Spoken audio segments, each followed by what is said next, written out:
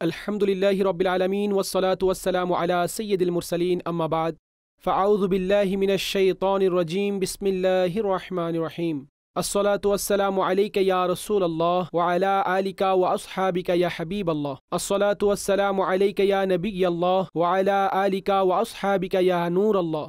মাদানী চ্যানেলের দর্শকবৃন্দ, প্রোগ্রাম শানে নজুলে আপনাদের স্বাগতম জানাচ্ছি। আল্লাহ রাব্বুল আলামিন আমাদের সকলকে কুরআনে মাজিদ, ফুরকানে হামিদ এবং এর শিক্ষার উপর আমল করার তৌফিক দান করুন। আমাদের প্রিয় নবী সাল্লাল্লাহু আলাইহি ওয়া আলিহি ওয়াসাল্লামের ফরমানে মুআজ্জম আলিশান হলো, যে ব্যক্তি জুমাতুল মুবারকে আমার উপর 100 বার দরুদ পড়ে আল্লাহ তার 100টি উদ্দেশ্য পূরণ করবেন। আর সে 100টি চাহিদা থেকে 30টি চাহিদা যা দুনিয়ার মধ্যে আল্লাহ পূরণ করবেন, আর 70টি চাহিদা আখিরাতে আল্লাহ পূরণ করবেন। সুবহানাল্লাহি আজ্জা ওয়া জাল। আর বিশেষ করে জুমার রাত আর জুমার দিন, জুমার রাত, এগুলো তো অধিক হারে দরুদ পড়া আপনার অভ্যাসের অন্তর্ভুক্ত করা উচিত। আল্লাহ আমাকে আপনাকে তৌফিক দান করুন। সল্লু আলাল হাবিব সাল্লাল্লাহু তাআলা আলা মুহাম্মদ সাল্লাল্লাহু আলাইহি ওয়া আলিহি ওয়াসাল্লাম সালাতান ওয়া সালামান আলাইকা ইয়া সাইয়্যিদি ইয়া রাসূলুল্লাহ। দর্শকবৃন্দ, এই অনুষ্ঠানে আমরা বিশেষ করে কোনো এক আয়াতে মুবারকা এবং তার প্রেক্ষাপট অথবা কোনো এমন প্রশ্ন যা কাফের এবং মুশরিকদের পক্ষ থেকে কোনো প্রশ্ন বা আপত্তি যা রাসূলুল্লাহ সাল্লাল্লাহু আলাইহি ওয়া আলিহি ওয়াসাল্লামের জাতের উপর অথবা ওনার আনিত ধর্মের উপর করত, তার সপক্ষে কোরআনে পাকের এমন অনেক আয়াতে কারিমা রয়েছে যেগুলো আল্লাহ রব্বুল আলামিন তাদের জন্য ইরশাদ করে দিয়েছেন। আর এটা মূলত আল্লাহর আপন মেহবুবের প্রতি এমন মোহাব্বত, আপত্তি এবং প্রশ্ন নবী করিম সাল্লাল্লাহু আলাইহি ওয়া আলিহি ওয়াসাল্লামের প্রতি হয়, তো জবাব নাজিল হয় তা ওহী হয়ে, আর সেটা কোরআনের অংশ হয়ে যায়।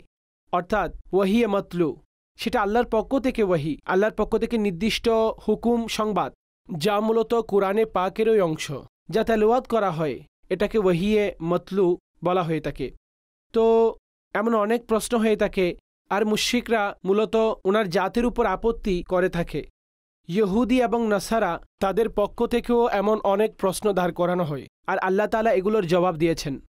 অনুরূপভাবে মুশরিকগণ, আর তাদের কাছে অনেক বেশি এমন গভীর কোনো আপত্তি থাকে না, কোনো এমন বোধবুদ্ধিসম্পন্ন কথাও থাকে না। শুধু একটাই কথা, যে আপনারা কেন বাপদাদার ধর্মকে খারাপ বলে থাকেন।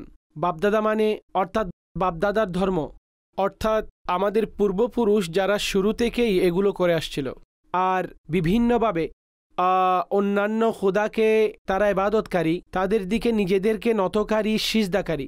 আপনারা তাদেরকে কেন ভালো মন্দ বলেন? আপনারা এই তৌহিদের রাস্তা ছেড়ে দিন আর এদিকে চলে আসুন, যার উপর আমাদের বাপদাদারা পূর্বে থেকে অনুসরণ করে আসছিল। তো রাসূলুল্লাহ সাল্লাল্লাহু আলাইহি ওয়া আলিহি ওয়াসাল্লামের বারেগাহে এই আরবের কাফেরগণ এটা বলল যে আপনি একটা কাজ করুন, যে আপনার আঞ্চলিক ধর্মের দিকে চলে আসুন, অর্থাৎ যেখানে আপনি থাকেন আপনি তাদের দিকে চলে আসুন আর তৌহিদের আলোচনা ছেড়ে দিন। অর্থাৎ এইটা বলা ছেড়ে দিন যে আল্লাহ এক, আর আল্লাহর ইবাদত করুন। আল্লাহ ছাড়া অন্য কারও ইবাদত করবেন না, আর স্রষ্টা কেবল একক, আর তিনি জমিন, আসমান এই সব কিছু বানিয়েছেন। অর্থাৎ এই কথাগুলো আপনি ছেড়ে দিন। তো আল্লাহ রব্বুল আলামিন কোরআনে পাকের মধ্যে এই ব্যাপারে আয়াত নাজিল করেছেন, আর আপন মাহবুব সাল্লাল্লাহু তাআলা আলাইহি ওয়া আলিহি ওয়াসাল্লামের প্রতি ইরশাদ করলেন, কুল, হে মাহবুব আপনি বলুন। আর এমনিভাবে কোরআনে এমন অনেক আয়াত রয়েছে যেগুলোকে কুল দ্বারা মূলত শুরু করা হয়েছে। অর্থাৎ কুলের অর্থ হে মাহবুব আপনি বলুন, তুমি বলে দাও। প্রশ্ন মূলত হুজুর আলাইহিস সালাতু ওয়াস সালামকে করা হলো, জবাব এখনও তাকে নবী পাক নিজ পক্ষ থেকে দেননি, আল্লাহর ওহী চলে আসলো। আর রব আজ্জা ওয়া জালের হুকুম কিন্তু বললেন কুল, হে মাহবুব আপনি বলে দিন। তো এমন অনেক আয়াতে মুবারকা রয়েছে যেগুলোকে আয়াতে কুল বলা হয়। কুল শব্দ দিয়ে সে আয়াতে মুবারকাগুলো শুরু হয়েছে, অর্থাৎ হুকুমে খোদা আর জবানে মুস্তাফা। এ হুকুম আল্লাহরই, কিন্তু প্রকাশ মুস্তাফা করিম সাল্লাল্লাহু আলাইহি ওয়াসাল্লামের প্রিয় এবং মুবারক জবানে তাদেরকে এই জবাব দেওয়া ইরশাদ করা হয়েছে, কুল আগাইরাল্লাহি আত্তাখিযু ওয়ালিয়ান ফাতিরিস সামাওয়াতি ওয়াল আরদ ওয়া হুয়া ইউতঈমু ওয়া লা ইউতআম কুল ইন্নী উমিরতু আন আকুনা আউওয়ালা মান আসলামা ওয়া লা তাকুনান্না মিনাল মুশরিকিন। ইরশাদ করা হয়েছে যে আপনি বলে দিন, উনি ব্যতীত আর কাউকে ওই আল্লাহ ছাড়া, ওই আল্লাহ ব্যতীত অন্য কাউকে কি আমি বন্ধু বানিয়ে নিব? ওই আল্লাহকে যিনি আসমানসমূহ এবং জমিনসমূহের একমাত্র সৃষ্টিকর্তা, আমি কি উনি ব্যতীত আর কাউকে ওয়ালি হিসেবে গ্রহণ করব? আর তিনি খাওয়ান, আর নিজে খাওয়া থেকে পাক, নিজে খান না, খাবার রব খাওয়ান, কিন্তু তিনি নিজে খাবার থেকে পাক। আপনি বলুন যে আমাকে হুকুম দেওয়া হয়েছে যে আমি সর্বপ্রথম অনুগত্য করার জন্য গর্দান ঝুঁকাব, আর আপনি কোনো অবস্থায় শিরিককারীদের অন্তর্ভুক্ত নন, আর আপনি কোনো অবস্থায় শিরিককারীদের অন্তর্ভুক্ত নন, অর্থাৎ এটা আল্লাহ আমাকে হুকুম দিয়েছেন। তো রাসূলুল্লাহ সাল্লাল্লাহু আলাইহি ওয়াসাল্লামকে বললেন যে এই জবাব দিন, তোমরা আমাকে বলো যে ওই সমস্ত পূর্বপুরুষগণ যারা আমাদের মুশরিকদের পূর্বপুরুষ, তাদের ধর্মকে অনুসরণ করব না। আমাকে তো আল্লাহ এই হুকুম দিয়েছেন যে আমি ওনার দিকে রবের সামনে আপন গর্দানকে ঝুঁকাব, আর মুশরিকদের সাথে কোনো অবস্থায় কোনোভাবে অন্তর্ভুক্ত হব না। এটা আল্লাহর পক্ষ থেকে আমার প্রতি হুকুম রয়েছে, আর আমি ওনাকেই আপন স্রষ্টা মানি, ওনার তৌহিদের ঘোষণা দিয়ে থাকি যে যিনি আসমান ও জমিনের সৃষ্টিকর্তা, আর তিনি সবাইকে রিজিক প্রদানকারী, তিনি নিজে খাওয়া থেকে পাক, আর তিনি সবাইকে খাওয়ান, নিজে খাওয়া থেকে পাক আর নিজে খান না। আমি তো এমন রবকেই মান্য করি। আর এই আয়াতে কুলের সাথে আরও অনেক জায়গার মধ্যে আল্লাহ রাব্বুল আলামিনের যে তৌহিদের এভাবে ঘোষণা করা হয়েছে, আর এটি একটি ভালোবাসার অনুমান, যেখানে শানের রিসালাতের কথা আসে, রাসূলুল্লাহ সাল্লাল্লাহু আলাইহি ওয়াসাল্লামের শান এবং আজমতের কথা আসে, তো কুরআনের মধ্যে আল্লাহ তাআলা তা নিজেই বয়ান করেছেন এবং সে সমস্ত জায়গায় ইরশাদ করে দিয়েছেন। কখনো ইয়া আইয়ুহান নবী ইন্না আরসালনাকা শাহিদাও ওয়া মুবাশশিরাও ওয়া নাযীরা ওয়া রাফা'না লাকা যিকরাক, কখনো এইভাবে বলা হয়েছে ওয়ামা আরসালনাকা ইল্লা রাহমাতাল লিল আলামিন, কখনো এইভাবে বলা হয়েছে। অর্থাৎ বিভিন্ন জায়গায় আল্লাহ পাক কিভাবে প্রিয় নবী সাল্লাল্লাহু আলাইহি ওয়াসাল্লামের শানকে বিভিন্নভাবে বর্ণনা করে দিয়েছেন। বরং এক জায়গায় বলা হয়েছে ফালা ওয়া রাব্বিকা লা ইউমিনুন, আপনার রবের কসম। আল্লাহ তো সমস্ত কায়নাতের রব, আলামিনের রব, সমস্ত আলামিনের পালনকর্তা। আমরা পড়ি আলহামদুলিল্লাহি রব্বিল আলামিন, সমস্ত প্রশংসা রব্বুল আলামিনের জন্য যিনি সমস্ত জাহানের প্রতিপালক। কিন্তু এখানে আল্লাহ ইরশাদ করেন মাহবুব আপনার রবের কসম। আল্লাহু আকবার। আল্লাহ রয়েছেন সমস্ত জাহানের রব, সমস্ত জাহানের পালনকর্তা, কিন্তু এখানে বিশেষভাবে হুজুর আলাইহিস সালামের শান ও আজমতকে বিশেষভাবে বর্ণনা করার জন্য বলেছেন মাহবুব আপনার রবের কসম। সুবহানাল্লাহ। যেখানে হুজুর আলাইহিস সালামের শান, তো সেটা আল্লাহ বয়ান করেছেন। আর যেখানে তৌহিদের ঘোষণার কথা আসে, সেখানে বললেন যে কুল, হে মাহবুব আপনি তাদেরকে বলে দিন, আপনি তাদেরকে বলে দিন। আর এমন অনেক আয়াতে কারিমা রয়েছে, আপনারা পড়তে থাকুন, তো আপনাদের ভেতরে ইমানের দৃঢ়তা চলে আসবে, সাথে আনন্দ পাবেন। মোহাব্বতে রসুল, মোহাব্বতে ইলাহি, মোহাব্বতে রসুল আরও বেশি বাড়তে থাকে। আপনারা সূরা ইখলাস পড়েন, সেটাও আয়াতে কুলের মধ্যে, যার মধ্যে আল্লাহ তাআলা বলেছেন কুল হুয়াল্লাহু আহাদ আল্লাহুস সামাদ লাম ইয়ালিদ ওয়া লাম ইউলাদ ওয়া লাম ইয়াকুন লাহু কুফুয়ান আহাদ। কুল, হে মাহবুব আপনি বলে দিন আল্লাহ এক, আল্লাহুস সামাদ, আল্লাহ অমুখাপেক্ষী, লাম ইয়ালিদ ওয়া লাম ইউলাদ, না সৃষ্টি হয়েছেন না ওনার কোনো সন্তান আছে, ওয়া লাম ইয়াকুন লাহু কুফুয়ান আহাদ, আর ওনার সমকক্ষ কেউ নেই। কেউ এমন নেই যে যিনি রবের সমকক্ষ হবেন, রবের বরাবর হবেন, এমন কেউ নেই। আম্বিয়া, সাহাবা, আহলে বাইত, আউলিয়া, অনেক অনেক মর্যাদা সম্পন্ন আউলিয়ায়ে কেরাম, আম্বিয়ায়ে কেরাম, আল্লাহর রসুল, ওনারা সবাই কারা? আল্লাহর বান্দা, খাস বান্দা। আল্লাহ ওনাদের উপর আপন অনুগ্রহ দান করেছেন আর ওনাদের মর্যাদা দান করেছেন। তিলকা রসুল ফাদ্দালনা বাদাহুম আলা বাদ, একে অন্যের উপর ফজিলত আল্লাহ তাআলা দান করেছেন। কিন্তু ওনারা সবাই আল্লাহ পাকের মুখাপেক্ষী, আল্লাহ কারো মুখাপেক্ষী নন, রব কারো মুখাপেক্ষী নন। যেমনিভাবে আল্লাহ পাকের দরবারে সমস্ত সৃষ্টি মুখাপেক্ষী, অনুরূপভাবে আল্লাহর প্রিয় আউলিয়া, সাহাবা, আম্বিয়া, ওনারা সবাই আল্লাহ পাকের বারেগাহে মুখাপেক্ষী। ওনাদেরকে অনেক অনুগ্রহ করেছেন আল্লাহ তাআলা, ওনাদেরকে অনেক দান করেছেন, আর আপন প্রিয়জনদেরকে আল্লাহ তাআলা দান করেছেন। ওনাদেরকে আল্লাহ ওয়াসিলা বানিয়ে দেন, ওনাদের দোয়াসমূহ দ্রুত কবুল করে নেন। ওনাদের মর্যাদাসমূহ আল্লাহ অনেক বৃদ্ধি এবং উচ্চ করে দিয়েছেন। কিন্তু যে কথা আমি বোঝাতে চাচ্ছি, আরজ করতে চাচ্ছি, যে আল্লাহ অমুখাপেক্ষী, তিনি কারও মুখাপেক্ষী নন। আর আমি আপনি খাওয়ার জন্য আমরা খাবারের প্রতি মুখাপেক্ষী। বেঁচে থাকার জন্য আমাদের কিছু খেতে হয়, পান করতে হয়, আমরা এই অঙ্গ প্রত্যঙ্গের দিকে মুখাপেক্ষী। বলার জন্য মুখের প্রয়োজন, ধরার জন্য হাতের প্রয়োজন, আমাদের দেখার জন্য চোখ প্রয়োজন, শোনার জন্য কানের শ্রবণ শক্তি প্রয়োজন।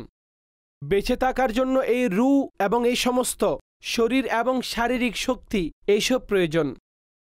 কিন্তু মনে রাখবেন, আল্লাহ কে? আল্লাহর জাত হল সবসময় আজলি, আবদি, কাদের, মুতলক, সামি, বসির। আমি আর আপনি শোনার জন্য কানের মুখাপেক্ষী আর দেখার জন্য চোখের মুখাপেক্ষী।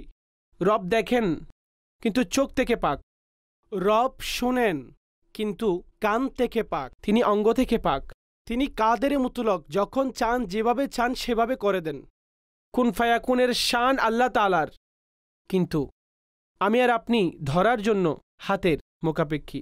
অর্থাৎ আমরা কোনো জিনিস ধরব, পরিবর্তন করব, কারো সাহায্য করব, আয় করব, কারো হেল্প করব, আপন শরীরকে নিরাপদ রাখব, আপন কাজকর্ম করব, সমস্ত কিছু হাতের মুখাপেক্ষী। রব তাবারক ওয়া তাআলা যা করেন তা এ সমস্ত অঙ্গ থেকে পাক, তিনি ধ্বংস হয়ে যাওয়া থেকে পাক। এটা রবের শান।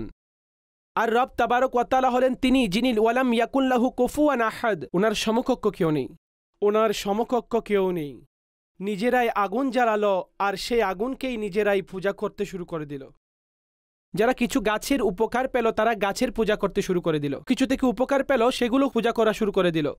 সূর্যকে এত বড় দেখলো তাই সূর্যের পূজা করা শুরু করে দিল। চাঁদের পূজাকারী, তারকাসমূহের পূজাকারী বললেন না, আমি তো ওই রব তাআলার ইবাদত করি যিনি এই জমিন আসমান সবকিছুই বানিয়েছেন। আমি তো ওই রব তাআলার ইবাদত করি। কুল আগাইরাল্লাহি আত্তাখিযু ওয়ালিয়ান, আমি কি আল্লাহ ব্যতীত অন্য কাউকে ওলি বানিয়ে নিব? ওই রব ফাতিরিস সামাওয়াতি ওয়াল আরদ, যিনি আসমানসমূহ সৃষ্টি করেছেন, জমিনসমূহকেও সৃষ্টি করেছেন। আমার রব কাদিরে মুতলক, আমি সেই রবের ইবাদত করি। আর ইরশাদ করা হয়েছে এই আয়াতে মোবারকের পরে দ্বিতীয় আয়াতে মোবারকায়, হে মাহবুব আপনি বলে দিন, তাদেরকে বলে দিন যে ইন্নী আখাফু, হে মাহবুব আপনি তাদেরকে বলে দিন, ইন্নী আখাফু ইন আসাইতু, যদি আমি আমার রবের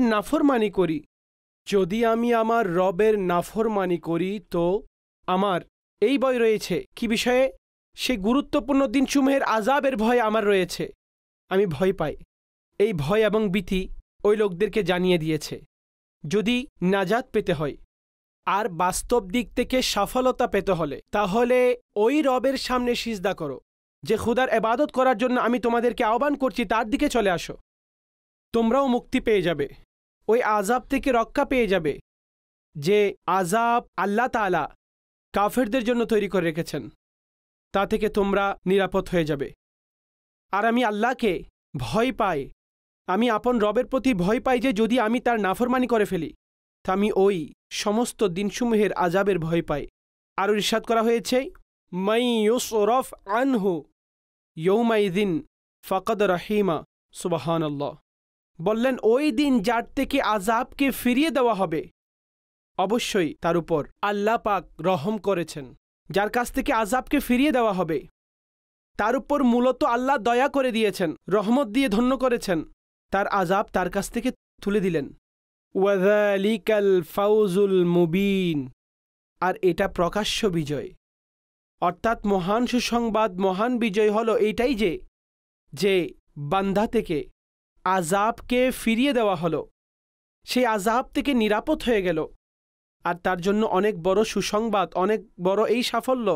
দর্শকবৃন্দ, অনেক সূক্ষ্ম একটি বিষয় এখানে বুঝতে হবে, যে বলা হয়েছে মাই ইউসরাফ আনহু ইয়াউমাইযিন ফাকাদ রাহিমা, আযাব থেকে যাকে বাঁচিয়ে নেওয়া হলো, মূলত তার উপর দয়া করা হলো, তাকে আযাব থেকে বাঁচিয়ে নেওয়া হয়েছে।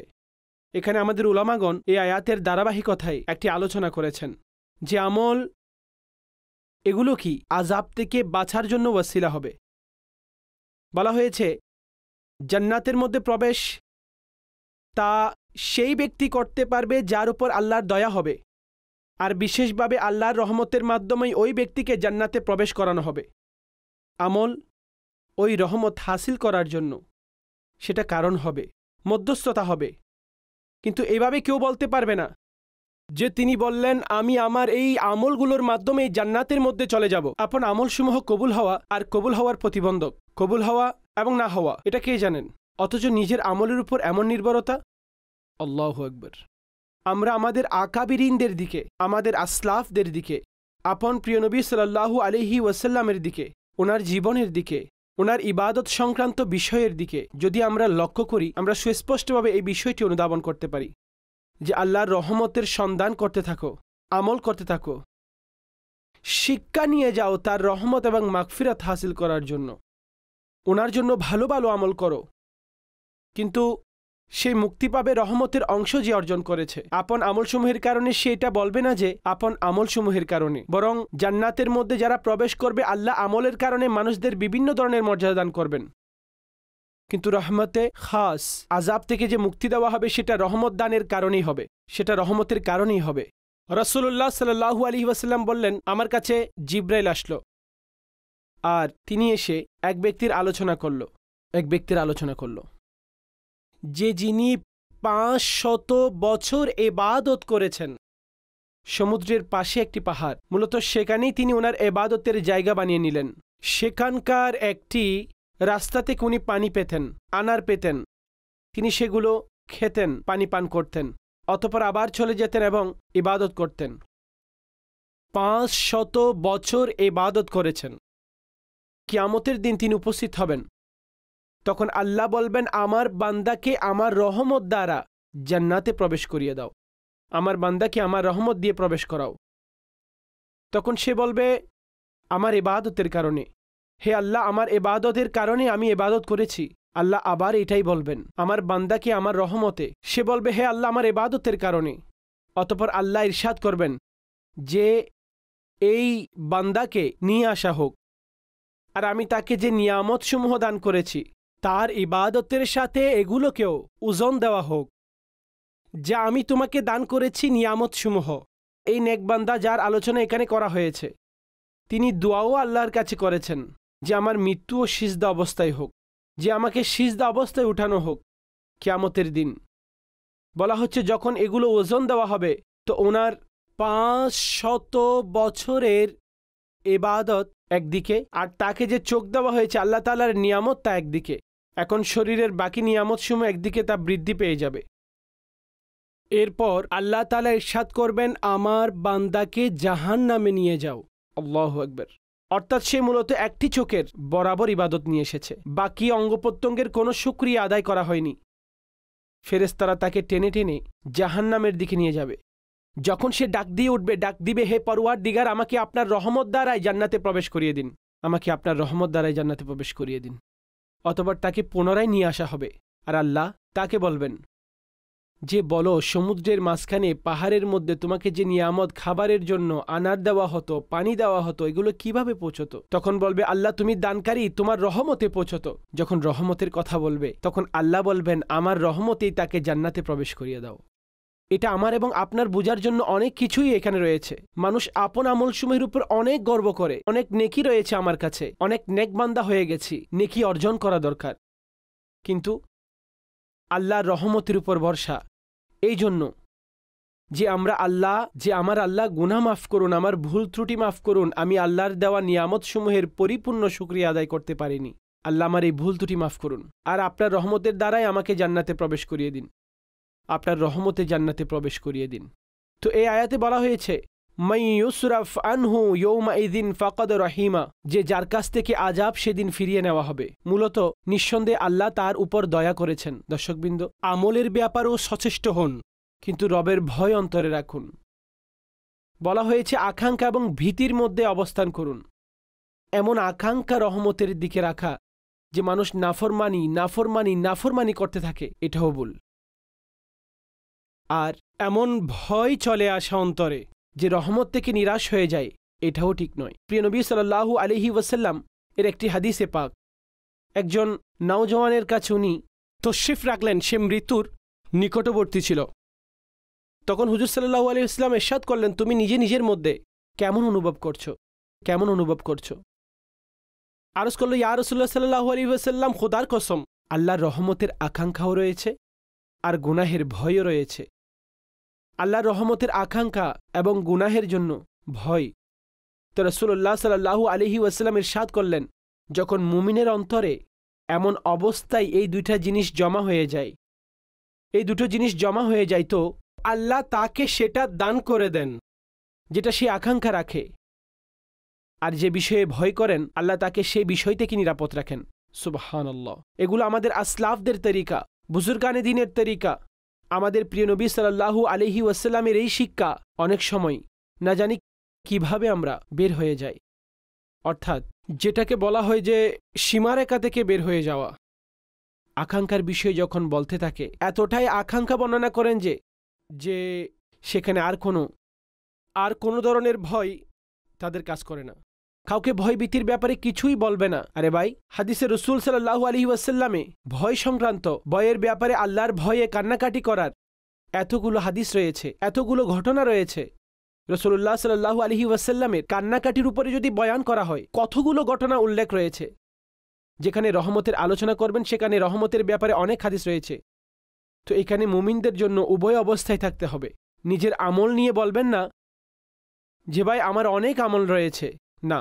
এই জন্য বলা হয় নেকি করো আর সেগুলো ভুলে যাও। গুনাহ করলে সেগুলোকে স্মরণ রেখো, গুনাহ করলে সেগুলোকে স্মরণ রেখো।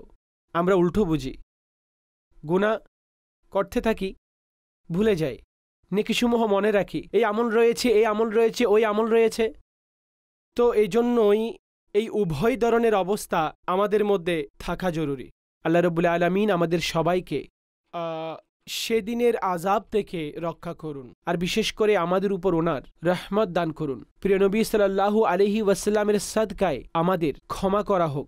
আল্লাহ আমাদের ঈমানের হেফাজত করুন, আমাদের দ্বীন ইসলামের উপর দৃঢ়তা দান করুন, আল্লাহর তৌহিদের উপরে, রাসূলুল্লাহ সাল্লাল্লাহু আলাইহি ওয়াসাল্লামের রিসালাতের উপরে, ওনার ধর্মের উপরে যা কিছু তিনি নিয়ে এসেছেন, রব তাআলা আমাদের সবাইকে তার উপর সমুন্নত রাখুন, আর এর উপরেই আমাদের সমাপ্তি দান করুন। কিয়ামতের দিন প্রিয় নবী সাল্লাল্লাহু আলাইহি ওয়াসাল্লামের বিশেষ নৈকট্য দান করুন, আর হুজুর আলাইহিস সালামের শাফাআতের সাদকায় জান্নাতে ঘর দান করুন, আর এমন আমল করার তৌফিক দান করুন যে আমরা কিয়ামতের দিন ময়দানে মাহশারে রাসূলুল্লাহ সাল্লাল্লাহু তাআলা আলাইহি ওয়াসাল্লামের বারেগাহ থেকে প্রশান্তি দান করুন, যাতে সে শাফাআত আমরা হাসিল করতে পারি।